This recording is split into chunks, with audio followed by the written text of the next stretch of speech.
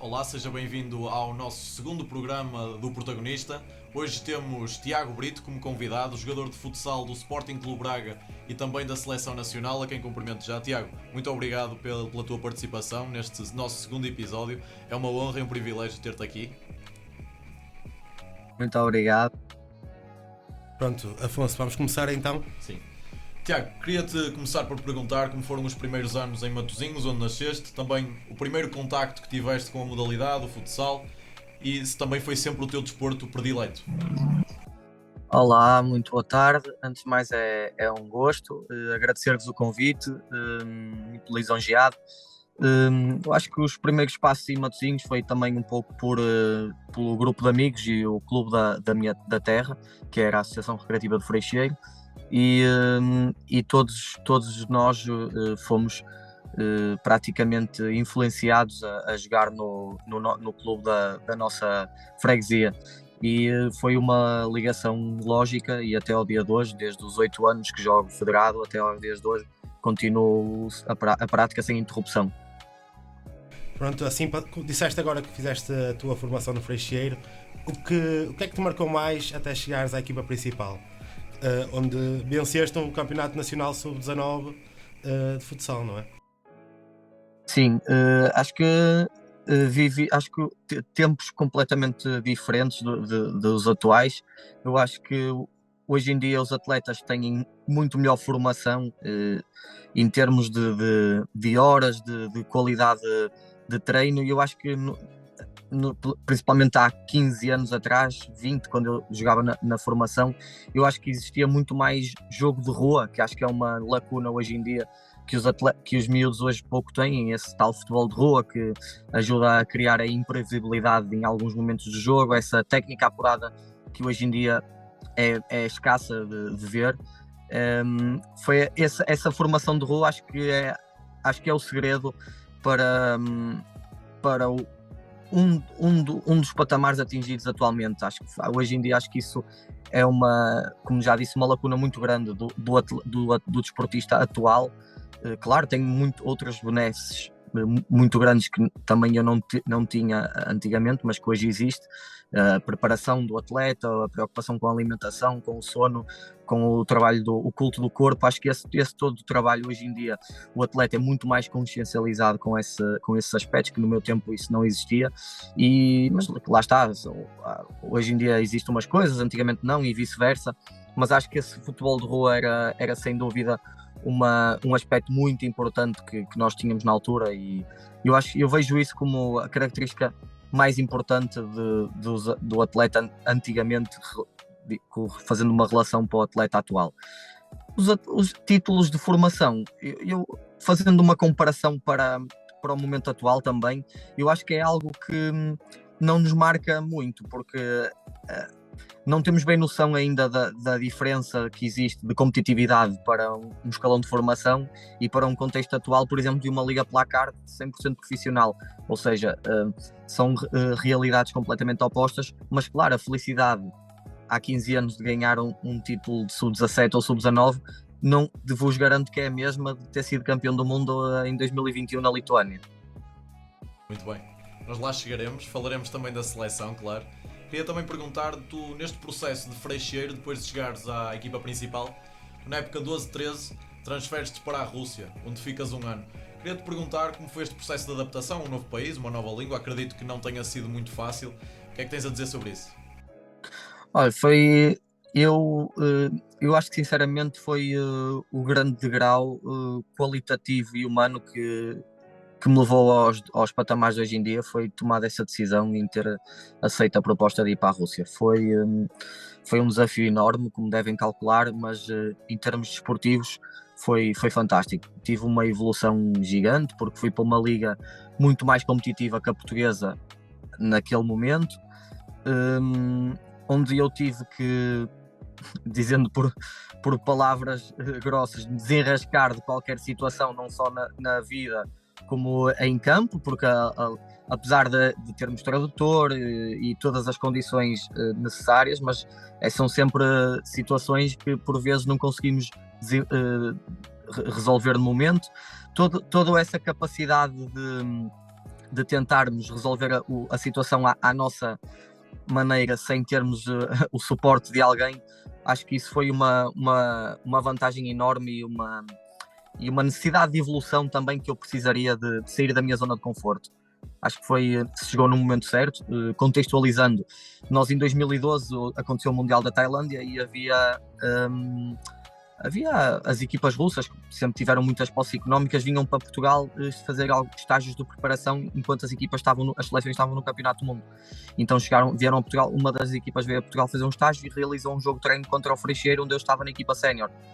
Depois desse jogo de treino, eles, extremamente cordiais, passado um mês, enviaram um e-mail ao clube a pedirem autorização para falarem com 2 atletas, porque tinham interesse em contratá-los, que era eu e, no caso, o André Gomes, que era um colega meu que também foi comigo para a Rússia. E pronto, a partir daí estabelecemos contacto e chegamos a um acordo e eu cheguei à Rússia com 20 anos. Foi uma aventura fantástica e que extremamente enriquecedora, que até aos dias de hoje ainda recordo e tenho amizades ainda desse tempo. Mas na época de 2013 e 2014 regressas a Portugal para representar o Braga. O que é que te motivou para voltar ao teu país a fazer aquilo que tu mais gostas? Sim, eu na altura já estava no meu primeiro ano de licenciatura, quando deixei o curso e fui para a Rússia. E a principal fator que me fez voltar foi esse mesmo, o medo de ter alguma lesão grave, não é? Que no desporto estamos sujeitos, e depois não ter o que me agarrar em termos futuros. Então eu decidi terminar a minha licenciatura primeiro, para depois, caso pudesse e tivesse a oportunidade de investir sim no futsal. E foi o que aconteceu. Eu tinha mais 2 anos de contrato na Rússia, mas pedi para rescindir contrato porque queria terminar a todo custo o meu curso superior para poder ter alguma segurança em termos futuros do que seria a minha vida profissional. E pronto, e consegui aliar o Braga à parte académica, o que foi fantástico para mim, e consegui terminar a minha licenciatura. Já agora, a tua licenciatura em quê?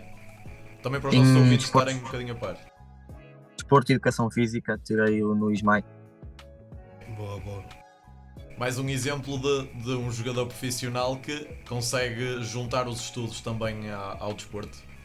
Mais um exemplo aqui, o Tiago. Tiago, depois tu inicias a tua etapa em Braga na época 13-14 e ficas até a época 16-17. Vocês, eu recordo-me bem desta temporada em que vocês disputam o campeonato nacional no final com o Sporting. Como é que foi para ti este momento? O que é que recordas desta temporada? Eu dessa temporada recordo, e se calhar desvendando já um pouco as vossas perguntas a seguir, eu acho que um pouco do segredo também do que tem sido a seleção nestes últimos anos. Acho que tínhamos um balneário extremamente forte e unido, e a experiência que eu levo de vida é que é isso que eu tenho tirado, é que quanto mais amizade houver num balneário e fora do balneário com essas mesmas pessoas, eu acho que o sucesso está bem mais perto de acontecer. E é o que eu retiro dessa época, uma equipa que que eliminamos o Benfica nas meias finais e que ao fim do segundo jogo da final estamos 1-1 empatados com o Sporting, não é? Foi uma época fantástica. No fim dessa época saímos muitos jogadores para projetos melhores, o que prova também o excelente trabalho que foi realizado nesse ano no Braga. Tiveste um ano no Braga e logo a seguir transferes-te para o Benfica. Venceste em Lisboa um campeonato nacional e 3 taças da Liga, se não me engano. Um pouco repetitivo nesta situação, mas qual foi o segredo para essas conquistas? Eu tive, depois do Braga, sim, fui para o Benfica. Eu acho que esses títulos também é muito aliado, claro, com outros objetivos, não é? A realidade do Braga de há 6 anos atrás e atual, outros objetivos e jogadores mais calejados na andanças de finais, de títulos. Tudo isso faz catapultar os objetivos da equipa para outros patamares e claro, conseguimos vencer um campeonato nacional e 3 taças da Liga, muito da consequência do bom trabalho realizado e da qualidade da equipa técnica e do plantel. Tiago, as pessoas que acompanham o futsal português sabem que as equipas que têm maior orçamento, as equipas que conseguem captar os melhores jogadores são o Benfica e o Sporting, que são provavelmente e são por certo duas das melhores equipas do mundo. Eu queria te perguntar, tu também jogaste no Benfica, sabes essa realidade, como é jogar um Benfica Sporting, um derby? A intensidade, a qualidade também, o ambiente que se vive?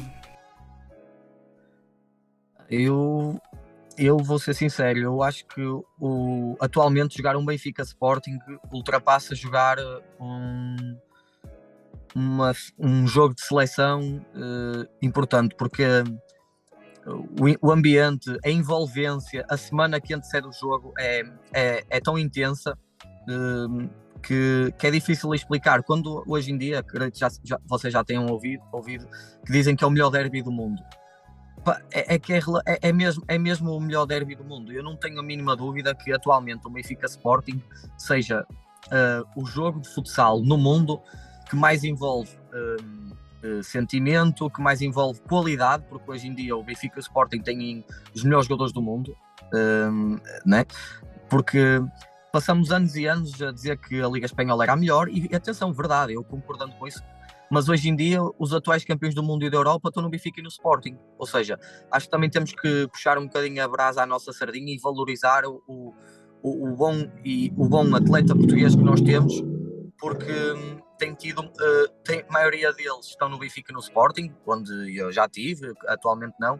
E o atleta português é muito bom e atualmente é dos melhores do mundo. E acho que principalmente eles, os Benfica e Sporting, que jogam a UEFA, que lutam pela Liga dos Campeões, têm que ser muito valorizados porque realmente é a realidade da nossa modalidade hoje em dia. E bem, olhando um pouco agora mais para a tua presença na seleção, em 2018, no Euro 2018, fazes parte da equipa onde venceram diante da Espanha. Como é que foi conquistar esse primeiro título pela seleção?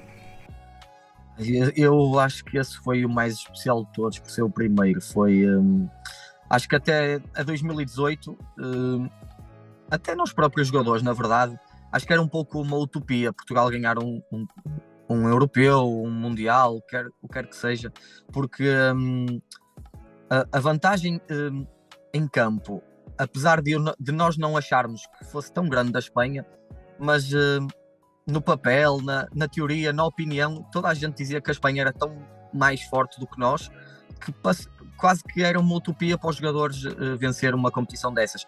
E eu acho que o Euro 2018, por aquilo que nós demonstramos em campo, que acho que foi realmente a fase final onde nós fomos verdadeiramente muito fortes, qualidade de jogo, união de equipa, superação, mas acho que foi mesmo esse clique mental que nos fez transportar para as vitórias atuais, esse alto. Nós conseguimos vencê-los e é possível escrevermos a partir daqui um rumo diferente do que tem sido os últimos 20 anos desta modalidade. Claro. E depois de 2018 vocês conseguem repetir mais uma conquista internacional, desta vez o Campeonato do Mundo, em 2021, vocês vencem diante da Argentina. Quero-te perguntar como é que foi vencer agora um Campeonato do Mundo, mais uma segunda competição para Portugal, e esta que foi também, aqui fazer referência ao grande Ricardinho, que foi a sua última competição também. Como é que foi jogar para ti também, jogar com o Ricardinho? Eu acho que é muito especial, mas para mim é porque nós somos amigos pessoais já há muitos anos, ou seja, é mais especial ainda, porque nunca só na seleção é que consegui ter esse privilégio de poder jogar com ele, em clube nunca, mas como nós já tínhamos uma amizade fora do campo, acho que foi ainda mais especial. Mas o que ele nos deu durante anos e anos de liderança, sendo o capitão, a qualidade em campo, tu saberes que estás com o melhor jogador do mundo e ele treina como ninguém, ou seja, é um exemplo a todos os níveis, e isso também foi sem dúvida um dos aspectos que nos levou a estas conquistas, foi a presença dele e o exemplo que ele sempre foi dando ao longo dos anos são de excelência. Em relação à conquista do Campeonato do Mundo, eu acho que como o Campeonato do Mundo é uma competição muito maior em termos de duração do que um Campeonato da Europa. Ou seja, nós no Campeonato do Mundo, nós juntando estágio e competição, nós estamos cerca de 2 meses fora de casa. Ou seja, o aspecto mental é muito mais relevante do que até numa fase final de um campeonato da Europa. E agora neste campeonato do mundo, para ser sincero, eu acho que só depois de nós conseguirmos ganhar à Espanha, acho que aí foi mais uma vez esse clique mental que nos deu a real noção que poderíamos chegar com uma medalha, não aquela que os portugueses imaginariam, poder ser de bronze, mas sim uma medalha de ouro a casa. E esse jogo que conseguimos vencer à Espanha no prolongamento, eu acho que foi mesmo esse clique que nos fez chegar à vitória com a Argentina. Agora, este ano, 2022, vocês venceram o Euro 2022. Vocês realmente não abrandam, é vitórias atrás de vitórias. Com este percurso até à final, o que é que sentiste até vencê-la? E outra questão também, que é um pouco diferente daquilo que nós até agora vamos perguntando: bagaço é melhor que vodka, não é?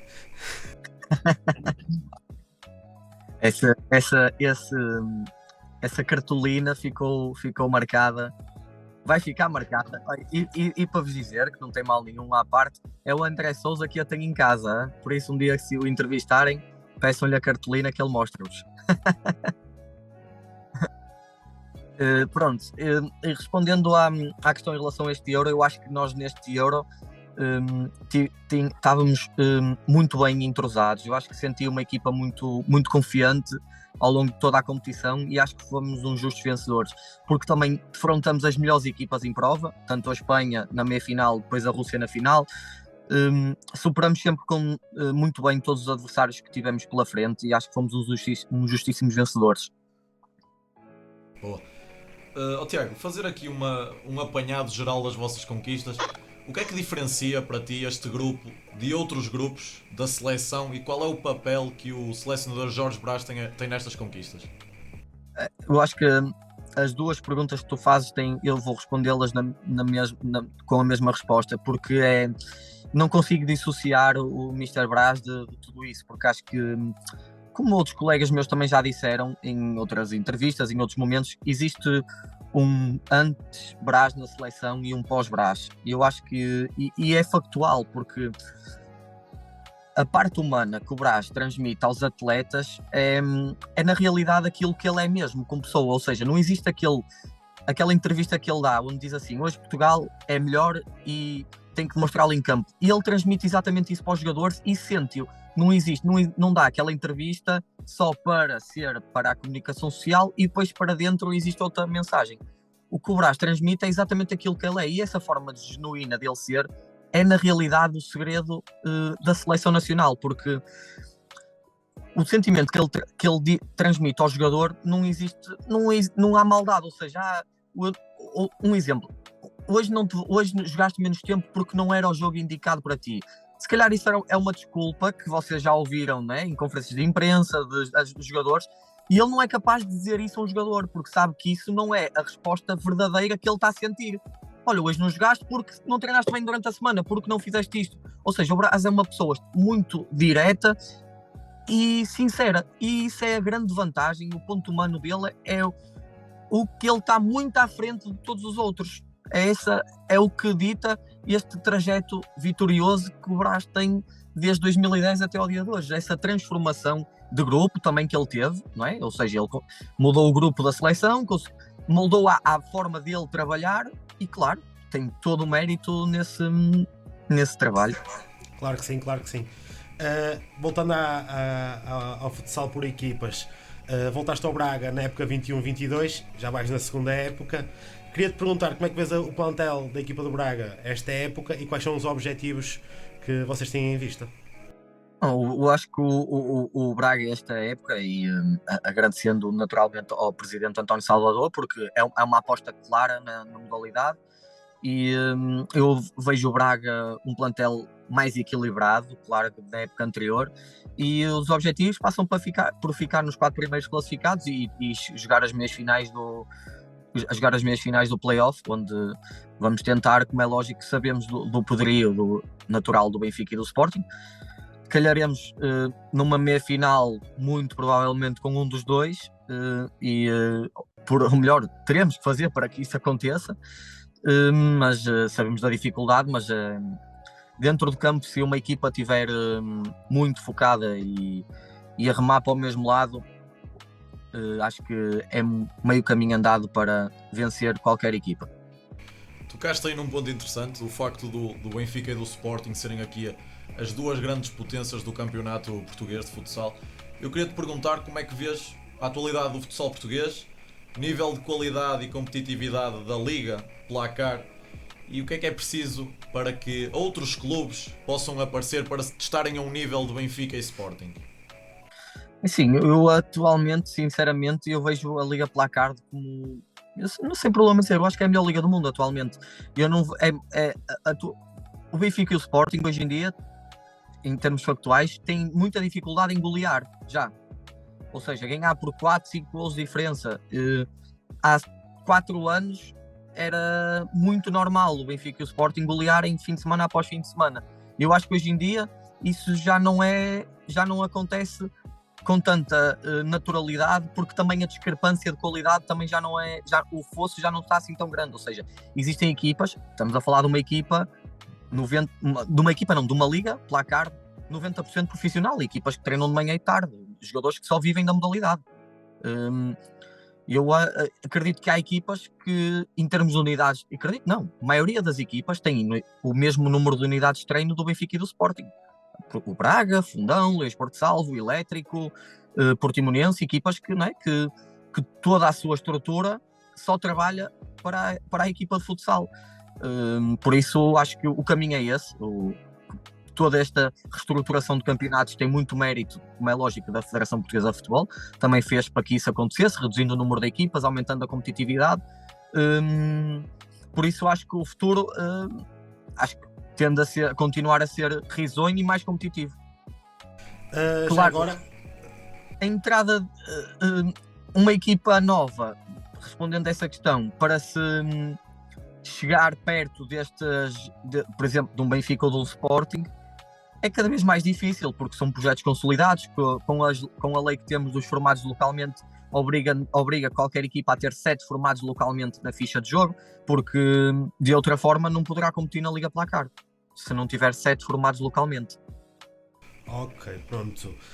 Passando um pouco agora também ainda para o Braga, tu és capitão de equipa, sonhas vencer um título pelo clube neste momento? Neste momento é o meu maior objetivo de carreira, é ajudar o Braga a conquistar um título. Fantástico, fantástico. E já agora, nós sabemos que a comunicação social, quem está a par, sabe que o Braga está a investir fortemente na construção da cidade esportiva, está agora na segunda fase, uma segunda fase que também está a apostar também numa construção de um pavilhão, onde vocês jogarão. Estás ansioso por esse momento de a equipa se poder mudar para esse pavilhão?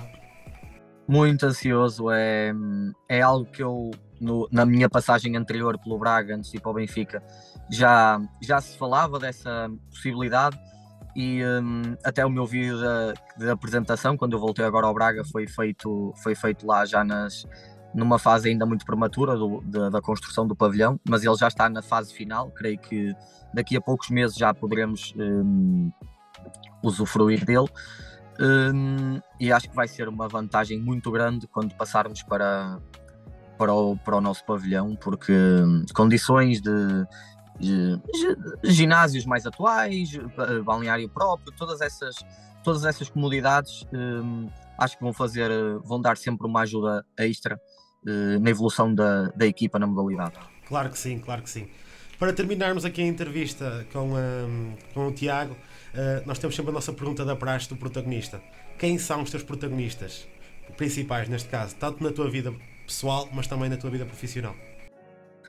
Eu acho que na minha vida pessoal, os protagonistas é a minha mulher e os meus pais, o meu irmão e a minha avó, sem dúvida.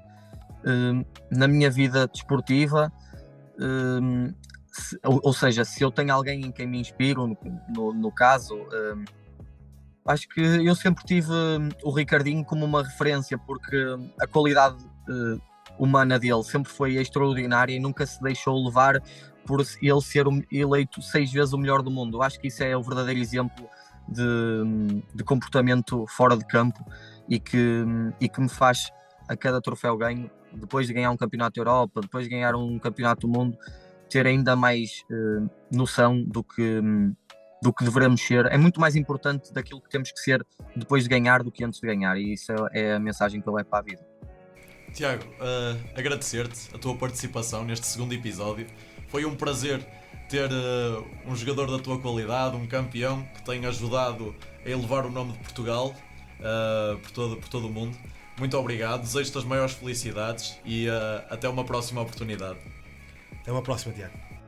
Muito obrigado, como já vos disse, foi uma honra e um prazer, agradeço-vos, muito boa sorte para o vosso projeto e espero que continuem o excelente trabalho que têm feito. Muito obrigado. Terminamos assim, já sabem, sejam sempre protagonistas em tudo o que fazem.